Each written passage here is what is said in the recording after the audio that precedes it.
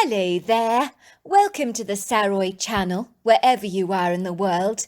And so much love to each and every one of you. How are you doing? I do hope you're doing remarkably well. And don't forget to go and get that perfect drink, because I've got a lovely story for you tonight. And if you're drinking something rather unusual, let me know about it, because I do love hearing from you. And let's get started with tonight's story. All I want to say is that all of us know what it's like.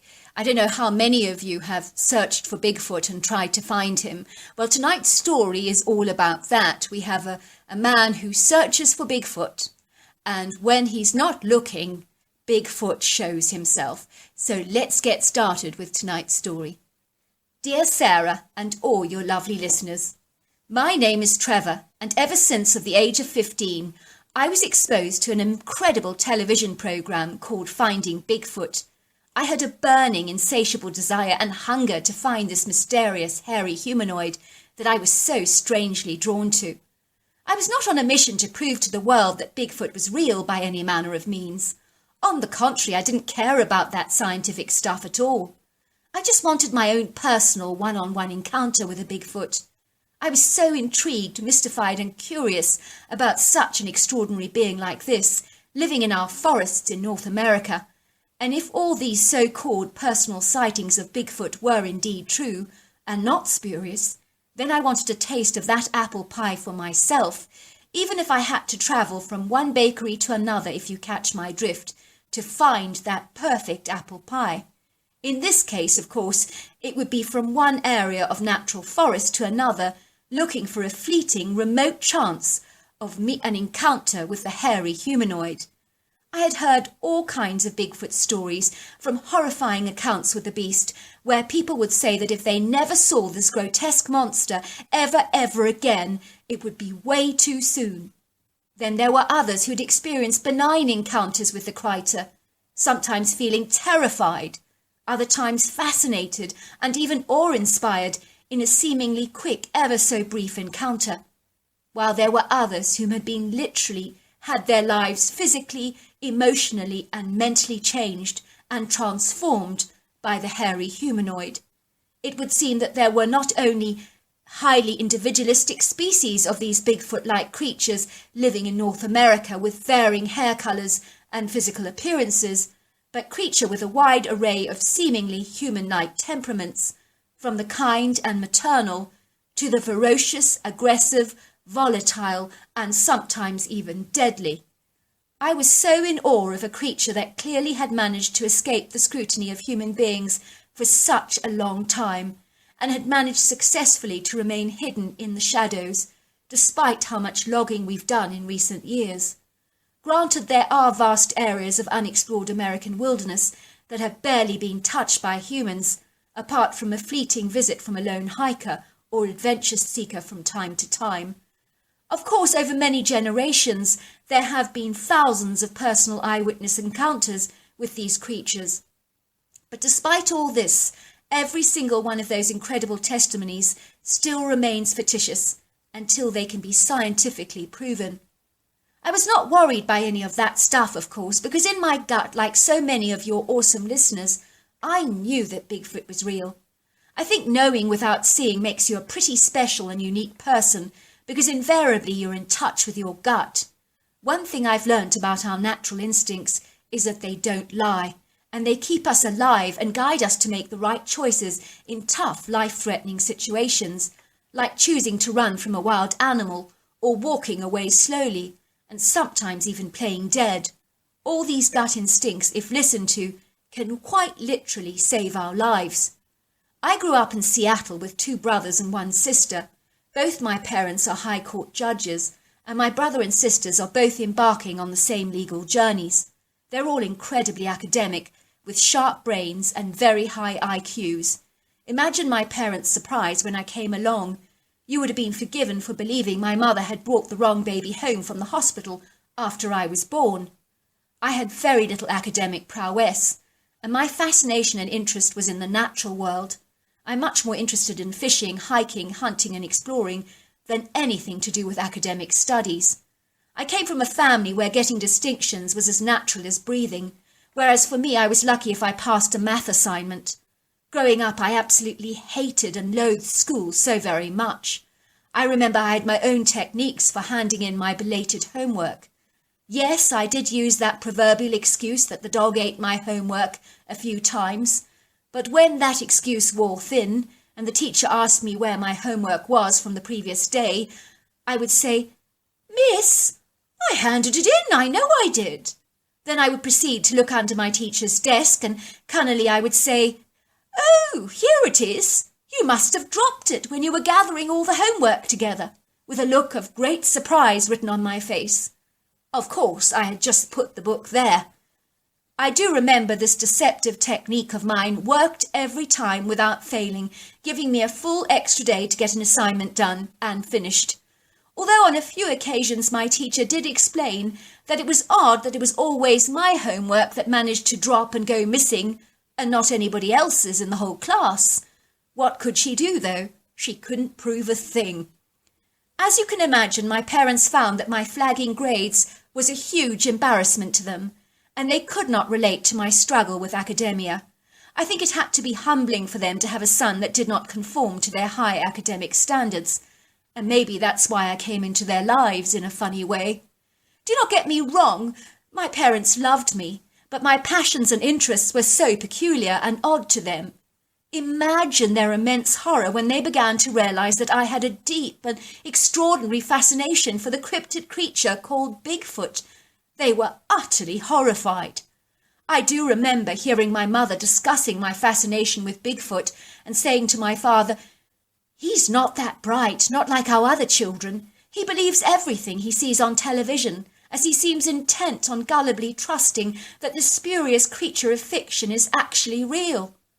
I could hear my father say, "I don't want any son of mine filling his mind with such atrocious hogwash, especially when it's clearly not true. What nonsense they feed them these days on television." It's not hogwash to him, dear. Try and understand that. I know it's hard for us to relate to it, but you do need to understand that and accept it. Just let him be. He's not exploring the same legal paths as the rest of us, and we need to accept that he's different, and as erroneous as that may be to stomach, we just have to accept it. And so it was. My family did begin to accept my very strange, quirky peculiarities, which were not something they really enigmatically understood. As a young boy, I busied myself in all kinds of enterprising odd jobs, mowing lawns for people, planting seedlings, enamelling yard fences, and even painting houses, all to procure some well-needed pocket money for one intention only. I wanted nothing more in this entire world than embarking upon some exciting adventures to various places around North America, Alaska and Canada, where Bigfoot sightings had indeed been recorded. I then designated to meet 2 other very interested boys my age, who were equally as desirous as I was to encounter a Bigfoot, but I was to unfortunately later to ascertain that they had much more nefarious motives about Bigfoot, but more about that a little later in my story. So armed with all my camping equipment, my own reliable car, a 2008 Honda Civic, a Ruger rifle, and everything I could possibly need, I literally travelled to all parts of America with these 2 other young men in order to find Bigfoot and to search for signs of this elusive, wonderful creature. I also met hundreds of people on my journey who had had curious, somewhat bizarre encounters with Bigfoots. Some were happy stories, others utterly terrifying. I did notice that many of these encounters happened when a person was all on their own, or it was an accidental chance encounter, but more often than not, and 9 times out of 10, these encounters always happened when they were never expected or anticipated. It never happened when they were looking for the creature. I promise you that I travelled all across America to the so-called ostensible Bigfoot hotspots, and I did battle the elements hugely, such as rain, snow, sleet, ice, and extremes of heat and cold. We literally roughed it and camped out in almost every weather condition, with one solo intention alone, and that was to find the mythical creature that we loved to call Bigfoot. We saw signs of him everywhere we went, Believe me, we encountered large footprints that we carefully measured and excitedly photographed in mud and sometimes even in snow. And believe me, these tracks were absolutely colossal. Our largest footprint measured 26 inches. Now that is jumbo-sized indeed. We came across trees that had been deliberately snapped, as well as hut-like structures resembling Indian tepees, layered on the ground made from large tree limbs that had been placed strategically on top of each other. We found Bigfoot nests that rarely stank of rotting flesh and stale urine. Sometimes we would even find food supplies on the ground, like walnuts and fresh fruit such as berries and paws, apples and wild pears. And we also came across piles and piles of clean bones, where every morsel had been cleaned to perfection. We would hang around, hoping to encounter the elusive creature, but they never returned to their nests while we were looking for them, even though we wore ghillie suits and lay low, making ourselves as inconspicuous as conceivably possible. What was extraordinary for me personally was that the more we searched for Bigfoot and found startling, compelling evidence, the less chance we seemed to actually encounter the creature, almost as if they knew our intentions and were deliberately lying low, staying only yards away from us probably, and laughing at us in the process. I wouldn't be at all surprised. We did have these moments when the woods became very quiet and subdued, and all the natural noises of the woods, like the pretty bird songs, would just dissipate, almost as if someone had turned off all the background music with the flick of a switch. Also, there were times when the woodland animals behaved in strange, bizarre ways, looking anxiously towards the woods, and hightailing it out of there as quick, hasty gallop, almost as if they sensed a vicious predator of some kind was in their midst. So we did indeed witness all these strange idiosyncrasies, as well as sense and experience eyes on us a lot of the time. But once again we kept drawing blanks in our search for this evasive, elusive and mythical creature. One evening, as I was sitting by the fire pit on a cool summer evening in the Ozarks, I think it was, because believe me, we've been almost everywhere, so it's a challenge for me to literally pinpoint every location for you that we have actually visited. As we were eating a freeze-dried meal of macaroni, cheese and sausages, my friend Mark started registering his complete exasperation about our seemingly fruitless and futile search for Bigfoot. "I am so frustrated," he said. "I wanted to kill the thing so we could prove to the world once and for all that Bigfoot exists." It was when the other friend of mine also agreed that killing a Bigfoot was what needed to be done that I realized in horror that these guys were not my friends. I had no desire to kill the creature, not at all. I just wanted to encounter the beast. I discerned with horrified revulsion and sickening disgust that their motives on coming on these Bigfoot expeditions with me was nefarious, to say the least. I realized suddenly that I had drawn the short straw, and so I disassociated myself in engaging in Bigfoot research with any of these guys ever again, and I never saw them, not once. When I returned to Seattle, I worked my way up to becoming a restaurant manager at a well-known, long-established restaurant chain. But I spent all my spare time camping, fishing and hiking, but thoughts of pursuing Bigfoot were far from my mind, because in truth I'd given up on actually finding him, and my dream was definitely over. The thought about ever encountering the creature did seem crazy now, and besides I was so engaged in a very busy, hectic lifestyle. It was while I was working at a restaurant manager that I actually met Liesel, who was introduced to me by one of my waitresses. Liesel and I connected almost immediately and began dating. It was when our relationship became much more serious that Liesel decided that she wanted to introduce me to her wonderful, warm and engaging family, who just so happened to live in West Virginia. While I was staying with Liesel, Mark, one of her brothers, had booked a surprise romantic retreat to a remote, very idyllic area for the weekend with his fiancée, Hazel. It transpired that poor Hazel had come down with a very bad bout of flu, and so Mark very generously gifted us with a holiday retreat package, because neither of them were going to be able to go on this exciting escapade, and it would be a pity to waste it. I'm not going to tell you where this beautiful retreat was for obvious reasons, but what I will say is that it was quite literally in the middle of nowhere, and was a place well off the beaten track, with no sign of human habitation for many miles. Even with my GPS navigator, I kept getting lost as we kept losing connection on our drive. Finally, we found the place set against an old logging road. It was the most enchanting, exquisite cabin that I have ever seen, and whomever designed this intriguing, congenial place had literally transformed it into the most sumptuous, cosy, luxurious den, with comfortable couches, king-size beds, with fabulously soft feather duvets and pillows, not to mention large romantic stone fireplaces in every single room, and a very modern state-of-the-art kitchen. There was also a wraparound wooden deck which overlooked the most gorgeous views onto the towering mountainous valleys, rugged rocky outcrops, and beautiful resplendent emerald green forest that literally stretched back for hundreds of miles, that was full of sycamore, birch, green ash, honey locust, and eastern white pine trees, and truly it was just so stunningly beautiful, and I was so thrilled to have the opportunity to stay at such a serene, tranquil dwelling in such an enchanting place like this. Being so remote, naturally everything was off-grid, but very well managed with solar systems that are used by fish and wildlife and provide you with electricity and hot water, so all the luxury amenities were available to us. That evening, Liesl and I prepared a fire pit with my favourite fire starter, which is a little secret I learnt from a tracker friend of mine, which is using cotton wool laced in petroleum jelly and putting them all in a plastic bag. And it works like a dream to get the fire going in every situation, especially when weather conditions are challenging.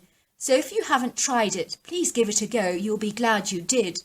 Liesl and I sat back on our comfortable chairs by this fire pit, cooking barbecue ribs and watching the glorious golden sun setting over the valley in an artist's palette of magnificent pinks, yellows, tangerines and golds.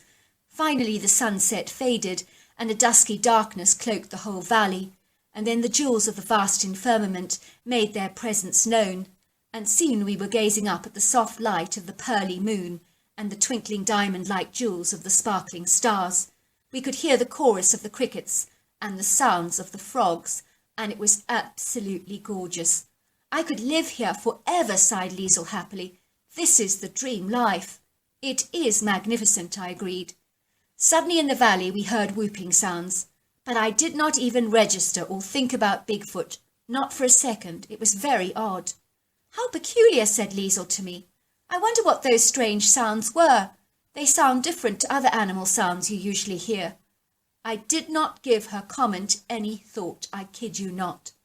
The next morning Liesl and I did a little hiking through the wooded area, and right in the middle of the woods we came to a little clearing where there was a gorgeous little stream running through the woods, surrounded by a large, smooth, rocky outcrop, and the water ran through the area with a very swift current, so that the crashing sound of the water hitting the rocks furiously was unusually calming.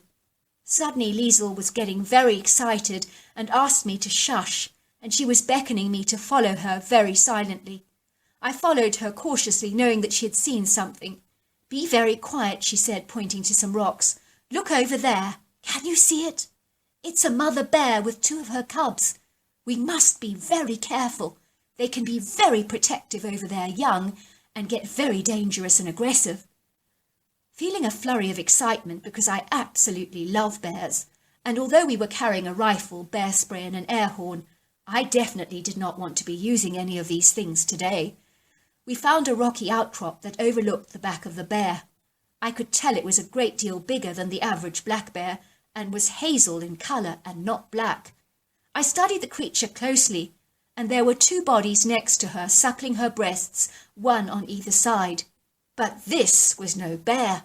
I looked again, and in my binoculars I could see the long hands and flat nail ridge, and I began to feel my heart beating violently in my chest, not in fear, but in utter awe and disbelief. How could this be possible? I was observing a mother Bigfoot with her twins. It didn't get better than this. It's Bigfoot, I whispered to Liesl excitedly. It's a mother Bigfoot with twins.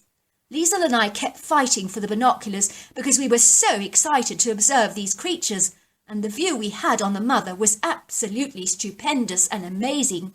Only I did wish with all my heart that she would just turn around, just so that I could see her face.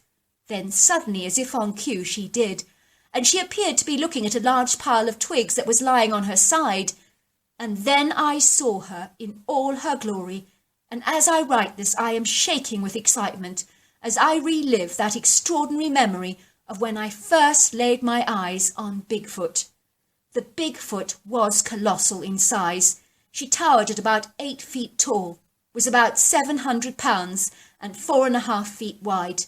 From her head to her toes she was covered in a luxurious coat of long flowing hazel hair that in certain shafts of sunlight possessed a very glorious golden hue. This creature was utterly magnificent. She was majestic, lofty, powerful, and exceedingly agile. Her bullet-shaped head blended seamlessly onto her huge shoulders. I noticed her arms were very long and her legs were slender and toned, but her whole body was taut with very powerful muscle definition, and there were no signs on her torso that she'd recently given birth, because her stomach muscles were clenched and very ripped. I could see that clearly, because the hair on her stomach area was much less dense. Her face was beautiful, with a joyful countenance, which I imagine was due to being a very proud mother. I noticed that her brown eyes were a rich cocoa colour, and they were expressive and humourful. The skin was a leathery texture and was a deep chocolate colour, and she had a very prominent brow ridge, flat nose, and very slender mouth. Her 2 little younglings were the cutest balls of fluff that you have ever seen in your entire life. They were utterly gorgeous and adorable, and believe me, they were as fluffy as well as exceedingly mischievous. I'm not sure how old they were, because they were very small in size, like 2-year-old toddlers, but they were both still suckling, and unlike human toddlers that fall over all the time, these small humanoids were exceedingly agile, walking almost perfectly on 2 feet, without encountering any problems at all, and appeared to have no fear of the gushing current of the stream. The mother kept grabbing twigs for her little toddlers, throwing them towards her younglings like you might throw a stick for a dog. Her little sprogs would catch them and bring them to their mother, who would show them how to snap them. The little Bigfoots watched their mother snapping the twigs with wide, curious brown eyes that seemed almost too big for their angular faces. When she snapped the twig, they would try and copy her, and when they succeeded, they would make a happy whooping sound. Whoop! Whoop! It was like she was teaching them how to snap twigs, but I realized she was showing them different types of twigs from varying species of different trees. Her sprogs examined everything very closely. The twigs were unique. Some were harder to break than others, and the sprogs found this very interesting. She appeared to be chattering away to her younglings and teaching them about the twigs and the nature of the bark. It was incredible to watch, and I realized how privileged Liesl and I were to witness such an amazing scene. After their lessons, the younglings perched on their mother's torso and proceeded to drink a little more milk from her furry breasts, pressing them hungrily with their eager hands to extract as much milk as possible. Her beautiful younglings played together, probing the twigs themselves and choosing which ones to actually break. If they struggled to break a twig, they brought it back to their mother, who would show them how it was properly done, until they more or less got the hang of it. I do not know how long we watched the mother and her cubs, but it was for a very long time. Finally, she waded into the shallow water to refresh herself, with her cubs tottering beside her. We watched her splashing her dark leathery face with the water, and her 2 little cubs instinctively imitated their mother and began splashing their tiny, cute little faces, clearly delighting in the experience. Finally, Mother Bigfoot lifted up her 2 offspring and put each one on either side of her massive shoulders, where they sat very comfortably, and she literally glided away on her long legs with a seamless fluidity and grace, unlike anything that I've ever seen before. It took me a long while to recover from what I'd actually seen. I could not believe the irony of all ironies.